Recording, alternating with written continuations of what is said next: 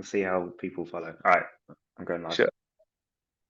Hi, conference. Welcome back. Hope you're all doing great. And we're actually going to take a detour now from our focus on SEO, and we're going to jump head into paid search for the day.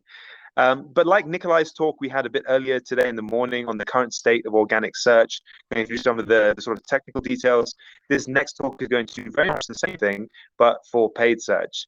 And as such, it's my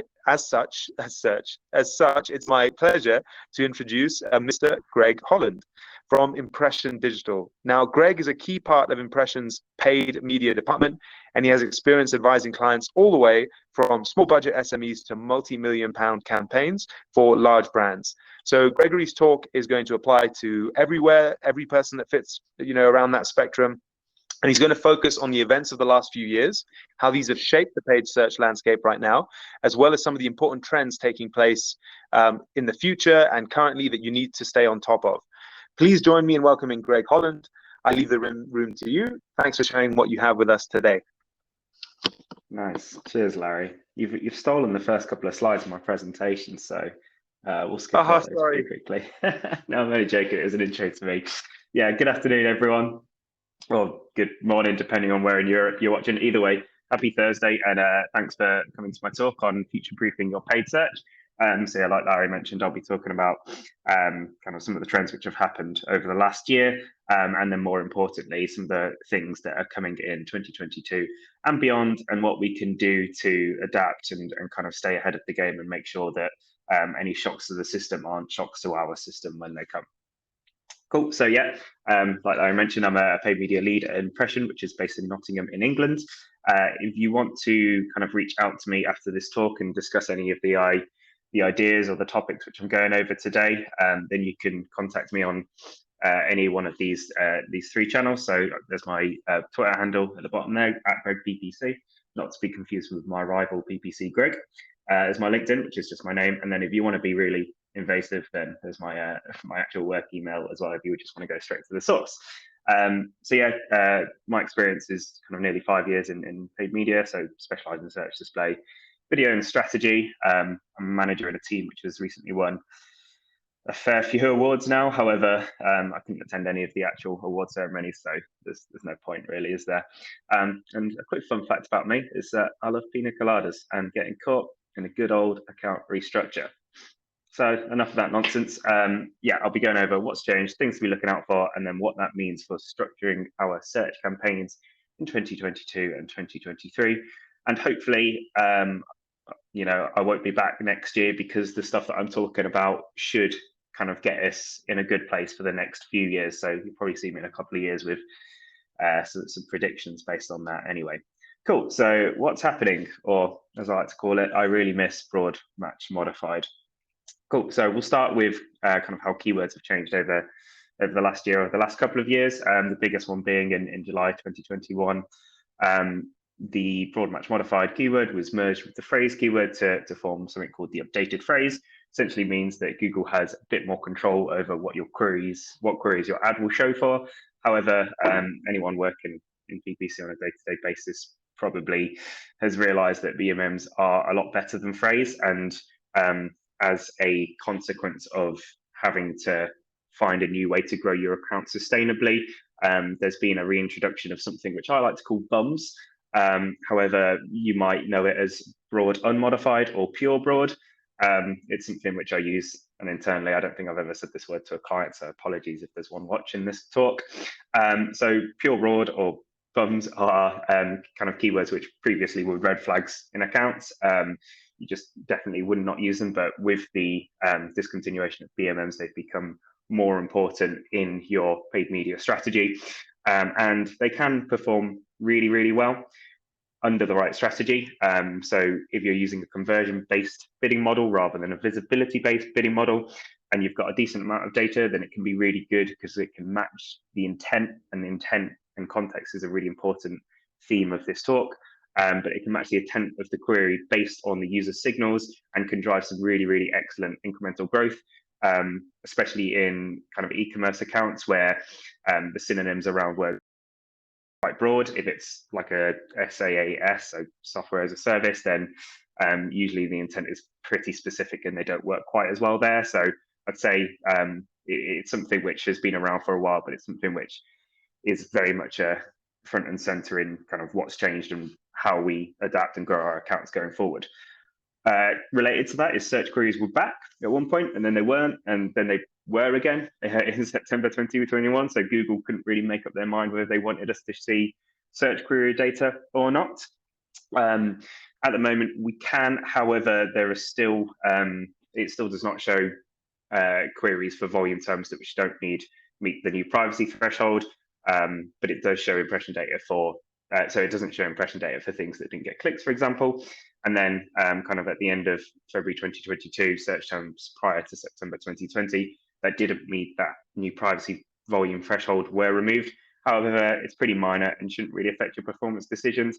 And I don't think search query data should be affecting our performance decisions anyway, because if it's got enough queries and enough data that it's relevant to be mining and adding into our campaigns, then it will still appear. And again, we're looking for the context of the keywords rather than the granular differences between what each individual user might search. I think something like 50% of searches or some ridiculous figure like that are unique. So we do need to focus on the context of what we see in these reports. So Google getting rid of a vast majority of data, not the end of the world, really. So what that means in terms of what do we do? How do we structure our search around these like new keyword changes, around these search queries going? I'd say, and I'll go into this in a bit more detail kind of later in the talk when I talk about the fully structuring your search, is start to phase out your split. So before you might have had campaigns split by match types, a broad exact phrase. However, the kind of the best practice and the way to really build data and give Google the information that it needs so that those smart bidding strategies can work and that we can stay ahead of it is merge those all together and focus instead on the context of keywords, embracing your broads and not fretting about search query reports dying. When I talk about context of the keywords, like we should be starting to split our ad groups by theme rather than individual differences. Again, I'll go on this more later. And generally, the less keywords that we have and the more layered audiences and data and user signals on top of that, it's the better, like we'll get better intent and we'll get better performance and more efficiency off the back of that. So it's easier for you to manage it and it's easier for Google to know exactly who to target and how much to pay for that each individual user. Another thing which has changed over the last year is expanded text ads are going to die in summer. I'm not too bothered about this. They've been teasing this for a long time, and responsive search ads have been around for a while. Essentially, starting in I think July 2022, we'll have to completely move towards RSAs or responsive search ads. However, when I've done this several times, and that graph kind of shows the move from ETA to RSA in one account in particular, I have seen positive results. So you generally see kind of cost per clicks, click-through rates improve, and kind of as a result, you get more visibility off the back of it. It does have implications for how you might want to split test ads, but you can still pin headlines. So if you still want that level of granularity, then you can do it. However, I would focus on and allow Google to take the reins a little bit more and start focusing on testing concepts and phrases to the intent of the ad group rather than trying to keyword stuff every single thing. So yeah, just kind of giving Google the headlines and the descriptions which all match the intent of the ad group to work with. It will cycle them through and it should generally lead to positive results if you set your ad groups up by keyword theme and consolidated in a good way as well. And finally, from the ad side of things, image extensions, a new extension which Google's introduced to kind of enhance your ad copy with rich and relevant visuals. Google gave us this lovely quote that a large percentage of customers surveyed use photos when they shop online to help them. Obviously, that makes sense. You don't buy something without looking at a photo. I don't think that a random photo of food is going to make you buy that product. Anyway, I think it's a bit of an irrelevant stat, but it is still useful. And if you've got good imagery and or branding, then your account can benefit from it. And when it's been tested, I have seen generally higher click-through rates, but it is slightly random and a bit of a black box as to when Google actually applies these image extensions versus ads. So in summary, it's good to have, but it's not going to scave your skin if your performance is going down the toilet. So it's nice, but it's not something which should be a key consideration in future-proofing our paid search, but nice to have. separate title card for automation because it deserves it. And I think we all know that, automation is kind of the thing in paid search at the moment, and it's definitely not going away. So a couple of changes here, bidding strategy changes. So target CPA and target ROAS, which I'm sure anyone in paid search is very familiar with, are becoming target CPA and target ROAS. And by that, I mean they're merging them with the old maximize conversions and maximize conversion value or revenue targets, with the option to have an optional target CPA. So everything will become a maximize strategy. And if you want to give it an optional target, i.e. if there's danger that the campaigns can become unprofitable, which they can do if you just let Google take the reins completely, then adding that target in like you did previously is a good method to do that. However, if your campaign is limited by budget and you're struggling to get all the visibility for your spend, then the maximize conversions or conversion value without the target is a really good and efficient way of doing that, because Google will focus on lowering your search impression share loss to budget and increasing the search impression share loss to rank, essentially making your account as efficient as it possibly can. So really important to note here is that the optional maximum CPCs that were associated with the old target CPA ROAS strategies are gone now. However, you can still find these in portfolio strategies. So portfolio strategies are ones where you apply it against a number of campaigns at the same time. You can be a bit sneaky and apply it for one campaign on an individual basis. It's a bit more long-winded, but you do still get that control over CPCs. And I'd say that this is still quite an important one to do, because there is an interesting relationship with target CPA and target ROAS around impression share and absolute top of impression share.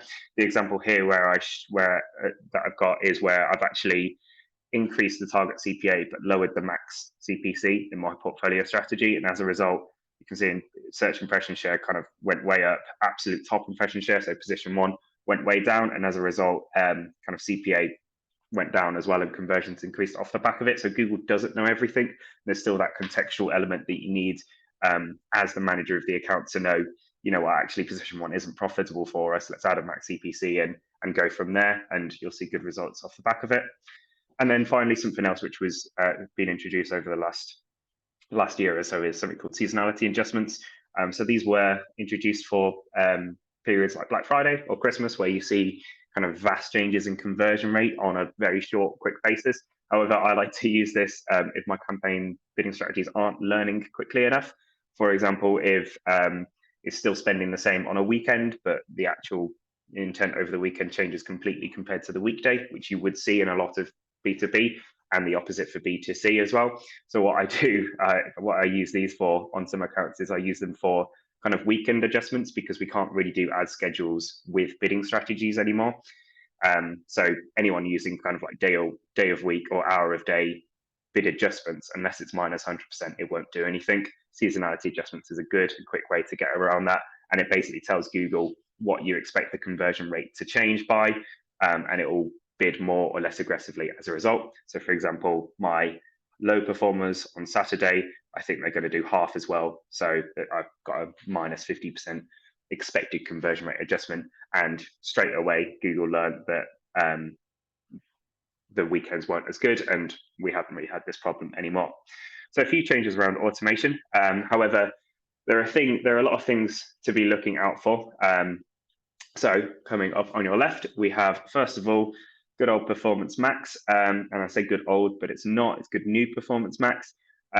This is essentially kind of a new campaign type, which is probably going to become mandatory over the next year or so. It's definitely going to replace smart shopping starting in April. So pretty imminently. It's not going to completely, Google aren't going to completely make you change it, but they'll start introducing the tools that will allow you to migrate smart shopping to Performance Max. However, I've got this in here because Performance Max is what I like to call a bit of a cocktail campaign, where it's a bit of everything. It's a bit of YouTube, it's a bit of display, search, shopping, discover, Gmail, and maps. It takes kind of all of those data points, and it's kind of like the most automated solution for it. It is quite good, and I would recommend giving it a test if you've got a chance, but it's also important to test for the reason that you need to do it to kind of stay ahead of the inevitable. Like I mentioned, smart shopping will start being kind of assimilated into PMax. And if you've got a range of assets on your products, then Performance Max will start to make display and YouTube ads for them. So I would recommend kind of looking at this now and looking at your assets to make sure that they would look good in a dynamic video, because if you've got crap assets, then Google will make some absolutely garbage dynamic videos, and I've seen them, they're ridiculous. So it's something to really start looking at and getting ahead of the game, so that when it becomes mandatory, you're ready and you've got the assets and you've got the structure and kind of you've got all the KPI targets associated with it. Essentially, the way that it works is it uses your shopping feed to target products if it's an e-commerce account. And it utilizes kind of those range of assets which I mentioned to kind of split test and use it across all those different channels, including images, video, search, shopping, and so on. So it is the first step, I think, Performance Max is towards advertising in a privacy safe world. Obviously, it's been a massive consideration over the last year alone, or to be honest, over the last 4 or 5 years since GDPR came about, and it's going to become even more important in especially the Google products over the next year as well. So PMax is good for this because it kind of targets and reports thematically. So there's that theme/context thing that I was mentioning again. It can utilize the first-party data, which we'll talk about in a second, and it finds those customers that convert, and then gives us insights into the audiences and the type of customer they are, and then it starts targeting those kind of further up the funnel. So it kind of turns the marketing funnel on its head a little bit, and kind of like finds those audiences, finds those users, finds their audiences, starts targeting them, converts them, finds the other audiences, and so on and so forth. So that does move me on to data privacy advertising. So Performance Max, I think, is Google indicating that this is going to become really important, and we know it's going to become really important. So a quick timeline of kind of data privacy and advertising. I don't think this is necessarily a bad change. It is something definitely with the consumer in mind, and that is important, I think. But there are massive implications for us as paid marketers. So going back to 2016, the EU kind of approved the GDPR policy, and then since then there's been kind of a slow rollout of policy and cookie and data changes.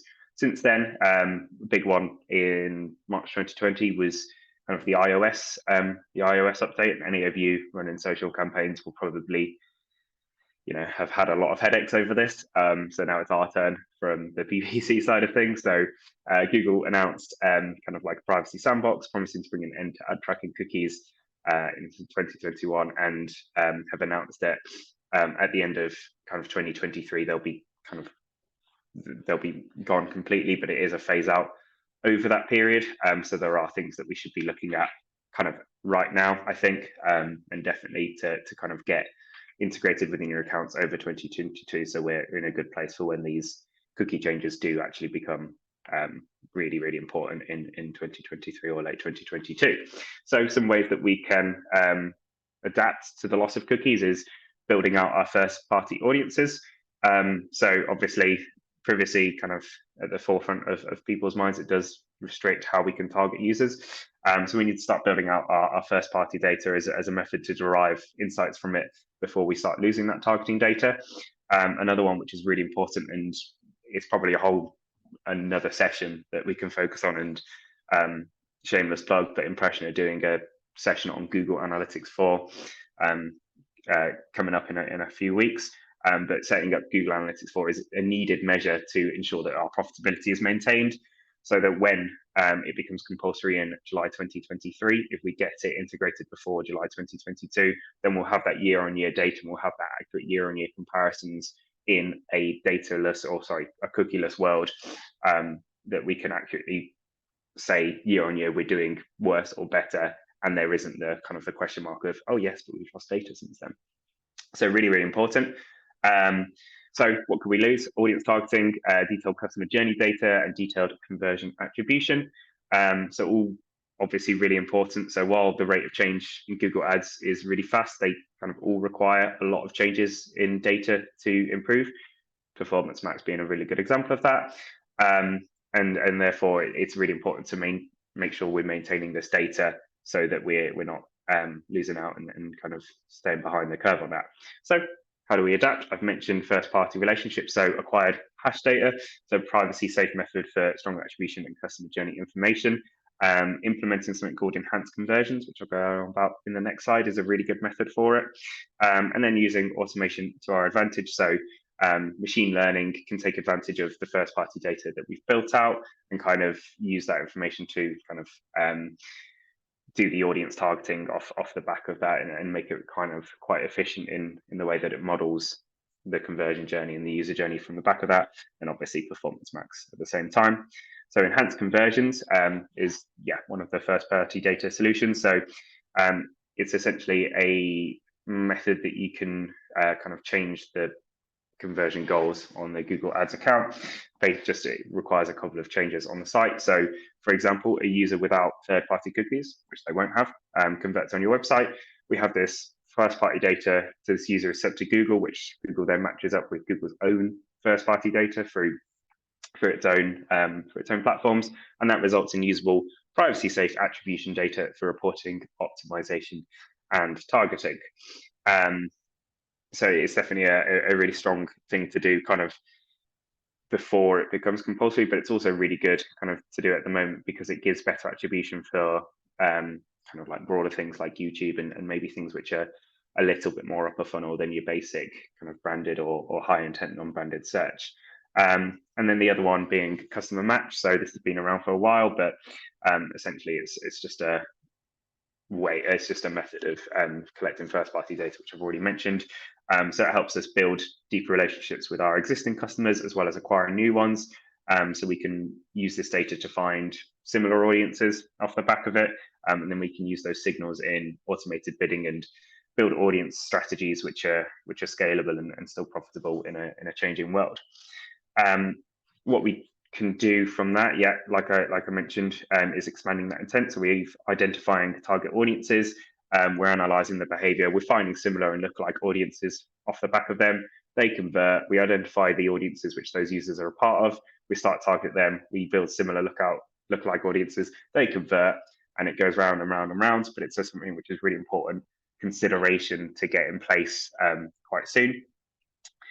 So how you do that is, for example, in market and affinity audiences, you can kind of have a look at your first party data and see which of those in markets and affinities that user is more likely to be a part of. So in this example, I know it's a bit small here, but users who converted are 6.9 times more likely to be in the home security in market audience than they are than the regular user. So we want to target that and get user data from that and keep building it out in that way. Cool. So a lot has changing. Big question, how do we structure our PPC account for this? Outside of the obvious building up our first party data, migrating over to Google Analytics 4 and testing a few new features like Performance Max, there are definitely things that we can do from the search side of things, and I've kind of alluded to this already, but I'd say there's probably 3 pillars of this. The first is that consolidated campaign structure. So segmenting your campaigns by KPI, rather than maybe like category or location or match type or remarketing audience or device, which we might used to do.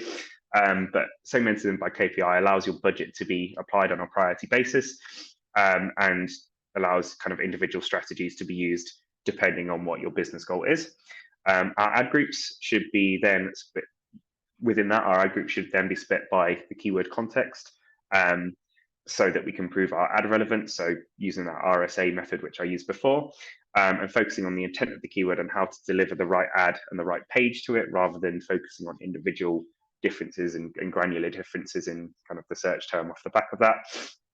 And then finally, layering those appropriate audience dimensions in so as to improve CPA and ROI in the short term, but also to kind of stay ahead of the game in the longer term.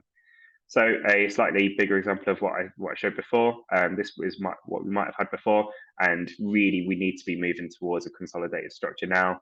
If you haven't already done this, I'd say if you take one takeaway from this, it's start consolidating your campaigns, start consolidating the campaigns into KPIs, start moving your match types into the same ad group, start trying to test smart bidding strategies which meet your business's KPI for each particular area of your account, and just kind of embrace the data density which is really, really needed for those smart bidding strategies to work. So what this might look like in context is I've got an account, and in that account, I've got 2 campaigns, one for cookies and one for bread. Within those, I've got first party and appropriate third party audiences layered in. And then my ad groups within that are split by keyword themes. So anything which is chocolate cookie related, so chocolate cookie, chocolate chip cookie, of all the different match types are going in one ad group, and they'll go to the chocolate cookie landing page. But the blueberry one, that's a different people. If you're looking for blueberry cookies, you're not looking for chocolate chip cookies. So it justifies being put in its own ad group. Sounds simple, but it is important. And the most important thing is to not separate blueberry out even further unless it's a different product completely. It's the same for focaccia and ciabatta. Focaccia bread should be within the focaccia ad group, or like nice focaccia and kind of other synonyms or descriptive words of that off the back of it, to just to make sure that anything which is the same theme, the same context, is within the same ad group. So Google has that data, and we're kind of sending all those users to the same page, and the smart bidding strategies which use the data will benefit off the back of that. So yeah, combine keywords by theme, less keywords, more audiences, more intent, better data, better performance. On top of that, we'll layer smart bidding. So if you're still doing manual bid adjustments, then stop.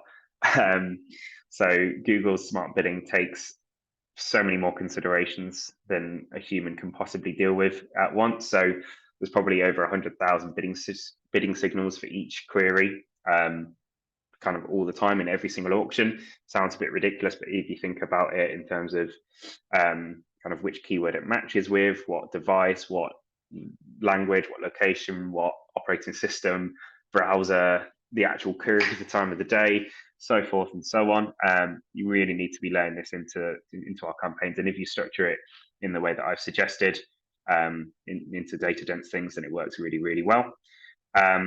In terms of choosing a strategy, I've gone over kind of these ones before. There is still a couple of visibility based strategies called maximize clicks and target impression share. They're okay for branded campaigns where you know the conversion rate is good, but I would still probably recommend a maximize conversions or a maximize conversion value bidding strategy for them. I don't think maximize clicks is going to be around forever, so this is a bit more future proof. And like I said before, maximize strategies are generally advised for limited by budget campaigns. And if it's not limited by budget, then you grow it through applying a target CPA or a target ROAS and an optional CPC if you want to do that as well. If you want to change the aggression of which you're bidding within that, then you can simply change the target. Again, it sounds quite simple, but you can have a look at the actual bidding graph which Google gives you.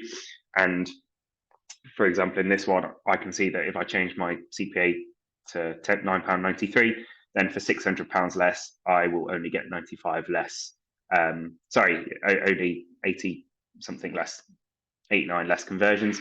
That's a pretty profitable move. I think I'll do that. The same goes for budgets. We need to allocate these on a priority basis based on where we want our revenue to be going, and that should be really easy if we've got our campaigns split in the way that they should be, like so. So for example, this is my example campaign structure. So we've got our brand on maximize conversions.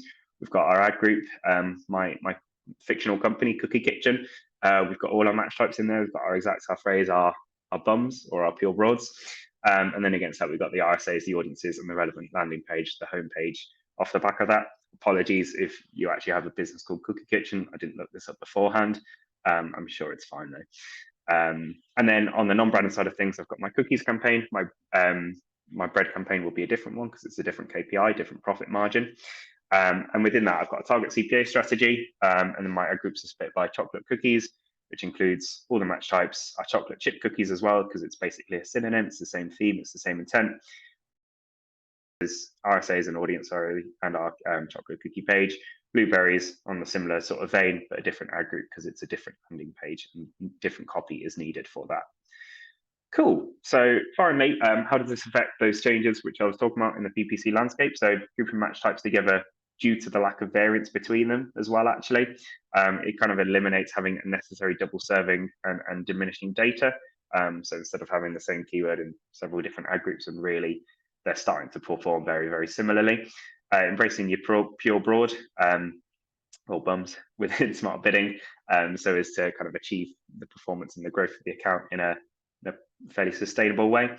If we know our audiences, then we know what they're looking for, and grouping similar keywords together and focusing efforts on writing engaging headlines and RSAs which focus on kind of like themes and testing those instead is a really good way to do it.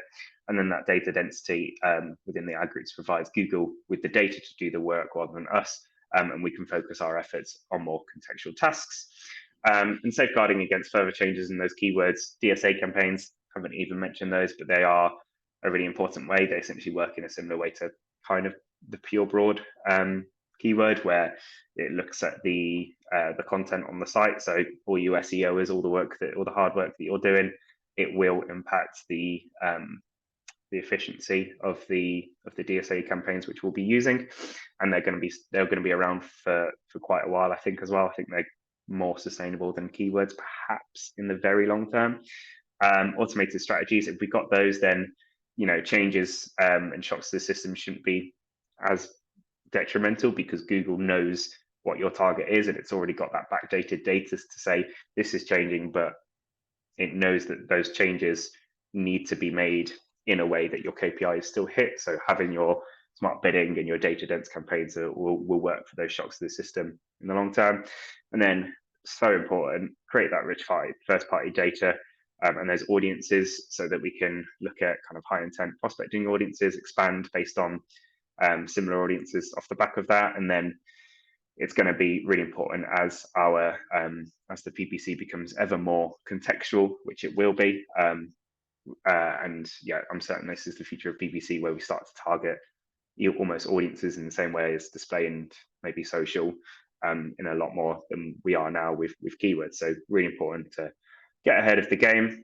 And yeah, so quite a lot of content there, quite a lot of, I think, if you're not doing a lot of these, please do them. If you just want to have a chat about it on LinkedIn or Twitter, please give me a message, and I can even advise, because it's something which I do feel passionate about. And if you don't do it, you will be screwed by Google's updates in the future. So yeah, I hope this was useful to you. I hope you learned kind of how those changes have affected our paid media landscape over the last year, and some of the really, really important ones coming in the short term, but also the considerations which are needed for the much longer term, so that we're not screwed over 2022, 2023. And hopefully I'll be back in maybe next year or the year after, and I'll have proved myself right when I talk about it. Thank you so much, Gregory. We all think that you will. And thanks so much for taking us through that tour of everything going on in the world of search, of paid search. So thank you also, because you've ended with enough time for Q&A, which was a problem that we were having with last talks. And so I've got a few questions. What I'll do is I'll start them up. We've got the first question from Irinia Berdzina. She says, what to do if your campaign, after working some months, stopped to generate conversions? So basically it was working kind of well before, and then it just all of a sudden stopped. How would you diagnose that problem, or what do you think is going on there? I'd say, first of all, if your campaign stopped delivering conversions quite suddenly, then it might actually be an issue outside of PPC. So the first port of call I would do is to look at the tracking and making sure everything is working all right there, and doing some troubleshooting. If you don't have the Google Chrome plugin, there's something called Tag Manager, where you can basically record your session on the site, do a fake conversion, and see if that conversion has tracked effectively in analytics or in floodlights if you're using that. If everything is tracking really well, then I would look at the changes which were made around the time of that. Was it because you added lots of broad match conversions? Was it because you changed the bidding strategy? And I would try and kind of reverse engineer the changes that were made over that period. And if it was a PPC change, then you should really be able to kind of backtrack on that. But if it wasn't a PPC change, then it could very well be an external factor, such as tracking, or perhaps if you're looking at like a year-on-year seasonality, and you've got to consider things like lockdown and the pandemic and a few other things which were really important and might have, on the face of it, look like your campaigns have tanked, but really they're just adapting to the world. But again, if it's a really, really sudden change, please look at your change history, please look at your tracking, because it's almost certainly one of those two things. Great, thanks for that. Rimanti Milasiutin asks, what bidding strategy would you suggest for a search campaign that doesn't have very many conversions? So, maybe receiving like sort of 5 conversions a month.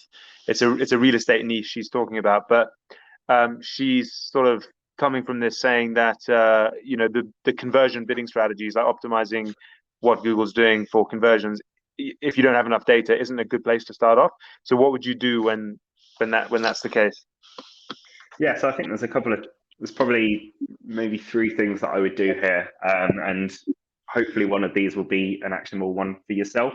So first of all, campaigns which don't have a lot of conversion data, it did used to be that bidding strategies didn't work very well with them at all, and it kind of recommended that you have like 15 conversions over a 30-day period, I think it was, for it to work effectively. It's not as important now to have that, and Google can actually learn that quite quickly. So if it's something which you've been burned by in the past, I would maybe give it another go and see how that works. The second one I would do is I'd probably use maximize conversions on a low budget or target CPA for real estate, and just make sure that, if you are getting 5 conversions a month, you're getting them in a profitable way. Something else which I've done for campaigns to get them, like the data and the conversions, quite quickly is, I know I kind of badmouthed it before, but maximize clicks with a very real max CPC limit is a really good way to get that data, so Google learns the relevant information so that it can use the smart bidding strategies against it. And even though those conversions are few and far between, Google will know that those conversions are few and far between and bid appropriately for it. And the third one, I would say, is perhaps think about putting micro conversions into the account and optimizing towards them. So, for example, creating analytics goals if they downloaded the brochure, if they look at a particular real estate property for a certain length of time and start optimizing towards those high intent users rather than those users who complete the goal, which, if it's not something which is done too often, then you can optimize towards the intent of the users. Because at the end of the day, PPC, you're just trying to bring high intent traffic to the site, and kind of like conversion rate aspects are more heavily impacted by the CRO and the technical SEO of the site. So micro conversions could be a really good avenue for you, because you'll get a lot of micro conversion data off the back of that. And if you're worried about Google bidding strategies not learning fast enough, then it will learn quicker because it will have that conversion data quicker. So hopefully one of those options sounds like a pretty actionable thing for you. I'd probably do micro conversions and a max conversion strategy in the short term. That's what I personally do.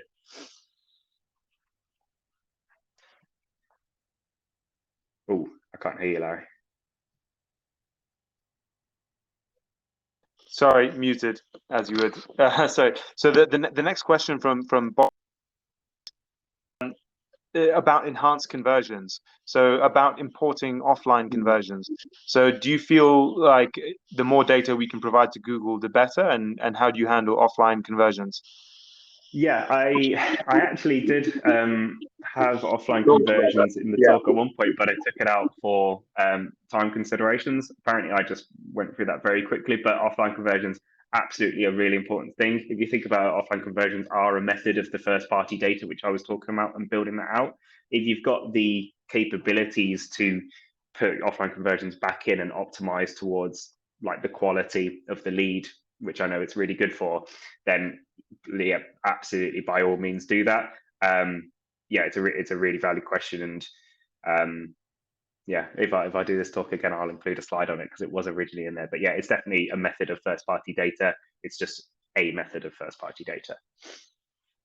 Nice. And then the final question, before we let you go for some lunch, is by using context targeting broad search campaigns, how do you optimize for quality score, as the keywords still differ even in the same context? Okay, I would say if the keyword differs in terms of the intent, then it probably deserves being put in its own separate ad group. So when I talk about context, I mean the context in terms of the KPIs and what it can achieve should also be the same.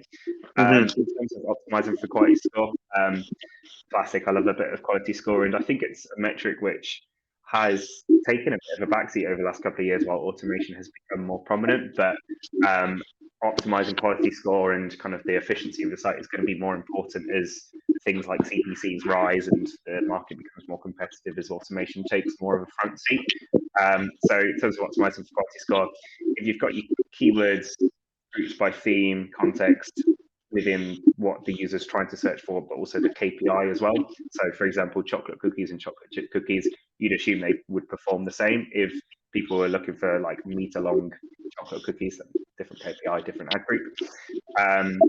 So if you've got all the keywords in the same ad group, then you should still have the high keyword relevance.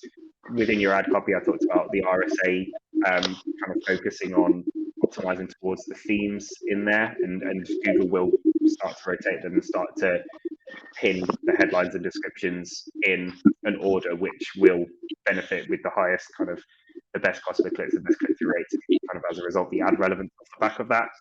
Also, it's outside of PPC, it's kind of cheating me for saying it, but the site efficiency, so kind of like the site speed, the content on the site, kind of the mobile usability is so important, both in terms of the quality score aspect, but also from a conversion rate aspect. When things become so competitive, which they will do because of automation, we need to prove to Google that, you know, our ad is better and our product is better, and there are things that we can do in terms of structuring our PPC. There are also changes that we can make to the site to prove to Google that this site is the best, this product is the best. Very important for shopping as well. So that's probably the way I do that. Is, yeah, I think the splitting ad groups by theme and context is still relevant, but I guess you've got to consider the KPI within that theme and context at the same time. Great stuff. Well, thanks so much, Greg, for your time today and for going through the proposal and answering everyone's questions. So now the plan is for conferences that we will be doing an hour short break. But if you want to contact Greg, I'm sure he needs some time to go and take a break. But on the app tool, you can actually message him directly. And then he also left at the beginning of the presentation, if you remember, lots of ways to contact him. So definitely download the PDF to this, and I'm sure he will be happy to kind of speak with anyone around their search needs. And you can also check out Impression as well. So great, everyone. See you after lunch. And again, Greg, thanks so much for a wonderful talk. Cool. Thanks, Larry. Thanks, guys, for joining. Cheers. There's a 10-second awkward countdown as well, though, so you have to just freeze. Yeah. I'm joking. I think it's a really good joke. Yeah.